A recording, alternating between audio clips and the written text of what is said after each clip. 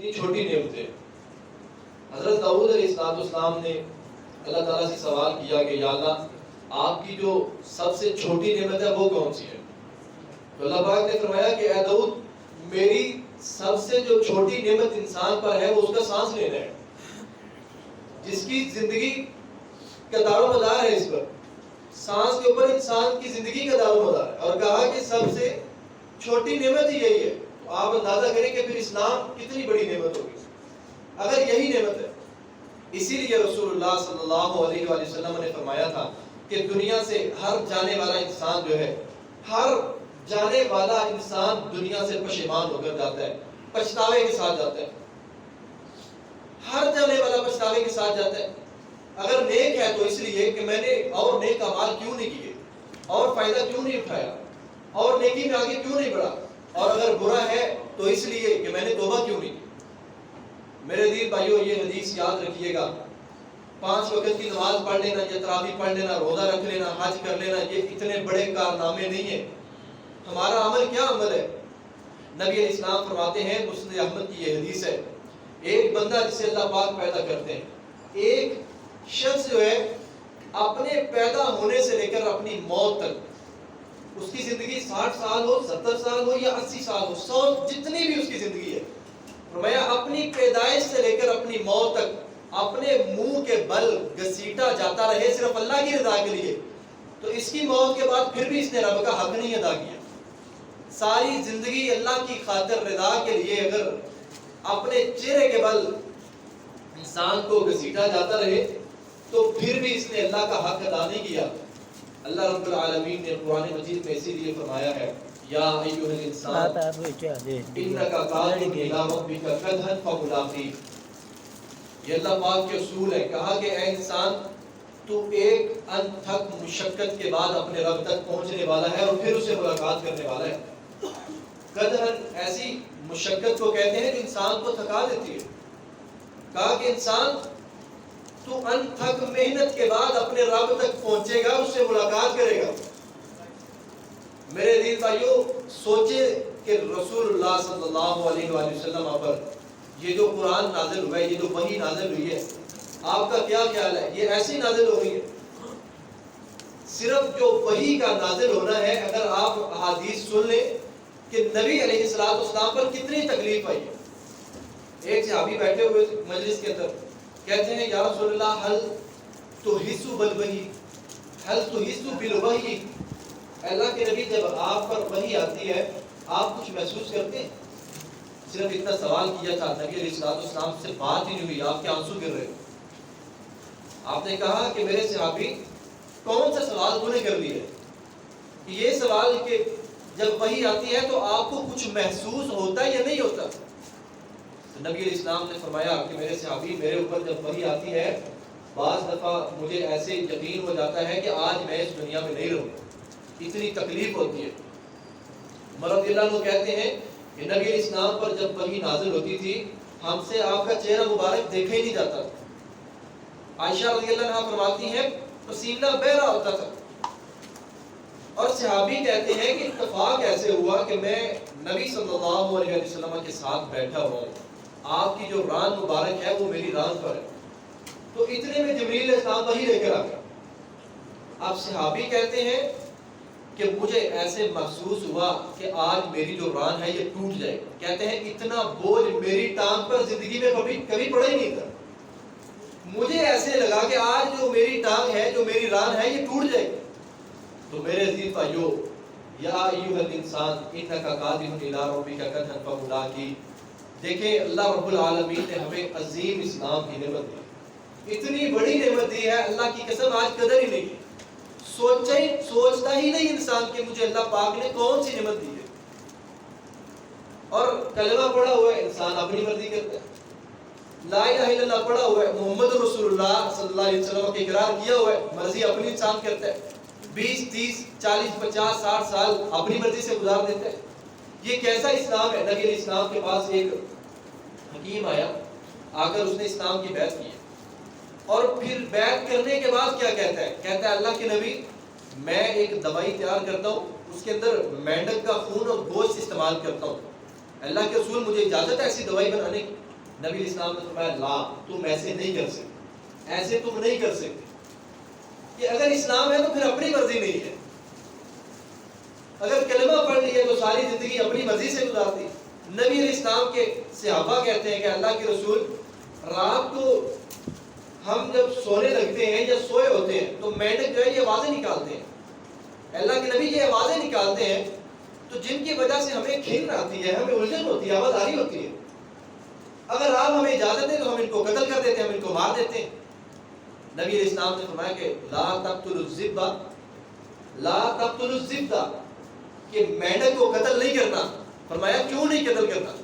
تمہیں کھن آتی ہے، الجھن ہوتی ہے نا، آوازاری ہوتی ہے. نبی علیہ السلام نے فرمایا فَإِنَّهُ تَسْبِيحٌ فَإِنَّ الْأَصْوَاتَ الَّتِي تَسْمَعُونَهُ تَسْبِيحٌ وَتَقْدِيسٌ، جو آواز تم سنتے ہو وہ اللہ کی تسبیح اور پاکی بیان کرتے ہیں، اللہ کی تسبیح بیان کرتے ہیں، اللہ کی پاکی بیان کرتے ہیں. دیکھیں تو صحیح کس طرح کی مخلوق ہے اور ہم کس طرح کے انسان ہیں. حضرت داؤد علیہ السلام شام کا وقت ہے، اپنے معبد خانے میں داخل ہوئے، ابھی سورج غروب نہیں ہوا، ساری رات اللہ رب العالمین کی عبادت کے اندر گزار دی. اور صبح پتہ تب چلا ہے جب سورج کی شعائیں پڑی ہیں کمرے کے اندر، غرفے کے اندر، عبادت خانے میں سورج کی شعائیں پڑ رہی ہیں، پتہ چلا کہ صبح ہو گئی. اتنی خوشی ہوئی کہ ساری رات میں نے اللہ کی عبادت میں گزار دی. اللہ پاک سے سوال کرتے ہیں حل بات احد من خلقک اطول ذکر منی، یا اللہ آج کی رات مجھ سے زیادہ تیری کسی نے عبادت کی ہے؟ حدیث میں آتا ہے فَأَوْحَى اللَّهُ إِلَيْهِ، اللہ نے وحی کی نعم یا داؤد، اے داؤد ہاں تجھ سے زیادہ بھی میری ایک مخلوق نے عبادت کی ہے. حضرت داؤد علیہ السلام نے سوال کیا یا اللہ وہ کون سی مخلوق ہے؟ تو فرمایا وَهُوَ الزِّفْدَ، وہ مینڈک ہے. یہ حدیث کے الفاظ ہیں. انہوں نے کہا یا اللہ اس نے کیا کہہ دیا؟ تو اللہ پاک نے فرمایا اس نے ساری رات یہ پڑھا ہے سبحانک و بحمدک منتہی علمک یا رب، اے اللہ جیسے تیرے علم کی انتہا نہیں ہے تیری پاکیزگی کی بھی انتہا نہیں. صحیح بخاری میں حدیث ہے، رسول اللہ صلی اللہ علیہ وسلم فرماتے ہیں آپ نے نام نہیں لیا، فرمایا کہ اللہ کے نبیوں میں سے ایک نبی تھے، وہ سفر کر رہے تھے، جا رہے تھے، رستے میں ایک درخت کے نیچے آرام کے لیے لیٹے ہیں تو ایک چیونٹی نے کاٹ دیا. ایک چیونٹی نے کاٹ دیا تو وہ جب بیدار ہوئے ہیں، آنکھ کھلی ہے، تکلیف ہوئی ہے، تو وہ جو چیونٹیوں کی جو بل ہے اس کو جلا دیا. تو اللہ پاک نے وحی کی، صحیح بخاری کے الفاظ ہے احرقت امۃ من الامم تسبح اللہ، آپ کو ایک چیونٹی نے کاٹا ہے، آپ نے اللہ کی امتوں میں سے ایک امت کو جلا دیا جو اللہ کی تسبیح بیان کرتی ہے. اتنا بڑا اللہ نے ہمیں دماغ دیا ہے، آنکھیں دی ہیں، دل دی ہے، کان دیے. اللہ پاک نے 4 قسمیں اٹھائی ہیں، والتین والزیتون وطور سین وہذا البلد الامین. انجیر کی قسم، زیتون کی قسم، طور سینا پہاڑ کی قسم ہے، اس امن والے شہر کی قسم ہے. لقد خلقنا الانسان فی احسن تقویم، انسان کو احسن ترین شکل کے اندر پیدا کیا، خوبصورت ترین پیدا کیا. کہا وہ مخلوق کس طرح کی ہے، انسان کس طرح کا، اس کے کھانے پینے، اس کا چلنا، اس کا پہننا، اس کا اوڑھنا، اس کا بچھونا، اس کا سفر کرنا، اس کا سہولتیں استعمال کرنا، اس کا زندگی سے لطف اندوز ہونا. میرے عزیز بھائیو ذرا شکل و صورت پر تو غور و فکر کریں. حضرت موسیٰ علیہ السلام اپنی قوم کو لے کر جب فرعون سے نکلتے ہیں، بھاگتے ہیں، تو ان کا پیچھا ہو رہا تھا. اللہ پاک نے فرعون کو غرق کر دیا، اس کی آل کو غرق کر دیا. اب حضرت موسیٰ علیہ السلام جب دریا کراس کر کے آگے نکل گئے تو بنی اسرائیل ایسی قوم تھی، انہوں نے سب سے پہلا سوال کیا. انہوں نے کہا کہ موسیٰ 12 خاندان ہیں ہم، اور تو ہمیں بھوک سے مارے گا، کھانے کے لیے کچھ نہیں ہے. پھر ادھر تھے، اذیتوں میں تھے، تکلیف میں تھے، عذاب میں تھے، چلو روٹی تو ملتی تھی نا، کھانے کے لیے تو کچھ مل جاتا. موسیٰ تم تو بھوک سے مار دو. 12 اتنے بڑے خاندان، اتنی بڑی جنتا جو ہے وہاں جو ہے، ان کے کھانے کا کیا کرو گے؟ اللہ پاک نے وحی کی، حضرت موسیٰ علیہ السلام کی طرف فرمایا یہ جو تمہارے سامنے پتھر ہے اس کے اوپر اپنی لاٹھی کو مارو. حضرت موسیٰ علیہ السلام اپنی لاٹھی کو مارتے ہیں، وہ پتھر ٹوٹتا ہے، اس میں سے ایک اور پتھر نکلا. کہا اس کے اوپر بھی اپنی لاٹھی کو مارو. اس کے اوپر لاٹھی کو مارا، اس میں سے ایک اور پتھر نکلا. کہا اس پر بھی اپنی لاٹھی کو مارو. جب اس پر لاٹھی کو مارا وہ پتھر ٹوٹتا ہے. حدیث میں آتا ہے خارجت منہ دودۃ، جب وہ تیسرا پتھر ٹوٹتا ہے تو اس میں سے خارجت منہ دودۃ، اس میں سے ایک کیڑا نکلتا ہے. وفی فمہ الغذاء لہا، اور اس کے منہ کے اندر سبز گھاس کا پتا ہوتا ہے. 3 پتھر ہیں، ایک ٹوٹا، دوسرا ٹوٹا، تیسرا ٹوٹا، اور تیسرے کے بعد جا کر ایک کیڑا نکلا ہے اور اس کے منہ کے اندر سبز گھاس کا پتا ہے. اللہ پاک نے فرمایا کہ موسیٰ اس کے قریب ہو جاؤ، سنو یہ کیا کہہ رہا ہے. موسیٰ علیہ السلام اس کے قریب ہوتے ہیں تو اس نے سب سے پہلے جو بات کی اس نے کہا سبحان من یرانی ویسمع کلامی وینسانی ویذکرنی ولا ینسانی. سب سے پہلی بات اس نے کی، اس نے کہا کہ پاک ہے میرا رب جو عرش کے اوپر جلوہ افروز ہو کر بھی مجھے دیکھ رہا ہے، 3 پتھروں کے اندر بھی مجھے دیکھ رہا ہے. وَيَذْكُرُنِي وَلَا يَنْسَانِي، مجھے بھولتا نہیں ہے، مجھے یاد رکھتا ہے. کبھی ایسے نہیں ہوا میرے کھانے کا ٹائم ہو اللہ نے مجھے دیا ہی نہ ہو. 2-3 وقت کی روٹی کے لیے چند زندگی کے اندر چند لقموں کے لیے ساری کی ساری زندگی قربان اسی راستے پہ کر دی. اسے کون رزق دے رہا ہے؟ اسے کون کھلا رہا ہے؟ اسے کون پلا رہا ہے؟ کون اندھیروں کے اندر اس کا خیال کر رہا ہے؟ اور یہ امت کے لیے سبق دیا، کہا سبحان من یرانی. موسیٰ یہ 12 خاندان کہہ رہا، اس کی طرف تو دیکھو. یہ ان کے تو ہاتھ ہیں، پاؤں ہیں، کھا سکتے ہیں، پی سکتے ہیں، چل سکتے ہیں، محنت کر سکتے ہیں. وہ کیا کر سکتے ہیں؟ کیڑا پتھر کو توڑ سکتے ہیں. سبحان من یرانی، اللہ اسے کہاں سے رزق دے رہا ہے؟ ہم نے تو کبھی سوچا ہی نہیں ہے. میرے عزیز بھائیوں کبھی سوچا کریں. سفیان ثوری رحمہ اللہ کے بارے میں آتا ہے کہ ہر وقت اپنی جیب میں ایک پرچی رکھا کرتے ہیں. ہر وقت اپنی جیب میں ایک پرچی ہے، اور تھوڑا سا وقت گزرتا ہے اس پرچی کو نکالتے ہیں، دیکھتے ہیں، اس کو سمیٹتے ہیں، اپنی جیب میں بند کر دیتے ہیں. پھر کچھ وقت گزرتا ہے، اس کو نکالتے ہیں، دیکھتے ہیں، سمیٹتے ہیں، بند کر کے جیب میں رکھتے ہیں. دیکھنے والوں نے دیکھا اس پرچی کے اندر لکھا کیا ہوا ہے. جب اس کو دیکھا گیا تو لکھا تھا کہ سفیان تیرے رب سے ملاقات ہونے والی ہے، تو تیاری کر لے. ہر وقت یہ اپنی جیب میں رکھی ہوئی ہے. ہر وقت ہمیں ہر وقت خوف رہتا ہے کمانا کہاں سے، آنا کہاں سے، کھانا کیسے. میرے عزیز بھائیوں یہ کمزور ترین عقیدہ ہے. صحابہ کرام کی زندگی تو دیکھیں، تابعین کی زندگی تو دیکھیں. عطا بن نبی رباح کے بارے میں آتا ہے کہ ٹانگ ایک جو ہے نا وہ بازو سے معذور تھے، اور ایک ٹانگ سے بھی معذور. ایک بازو بھی صحیح نہیں ہے، ایک ٹانگ بھی صحیح نہیں ہے، اور چہرے کا رنگ بھی صحیح نہیں. امام بخاری رحمہ اللہ نے کثیر روایات جو ہے عطا بن نبی رباح سے لی. صحیح بخاری پڑھیں، ان عطا بن رباح، عطا بن نبی رباح ہے، عطا بن نبی یسار ہے، علی بن مدینی ہے.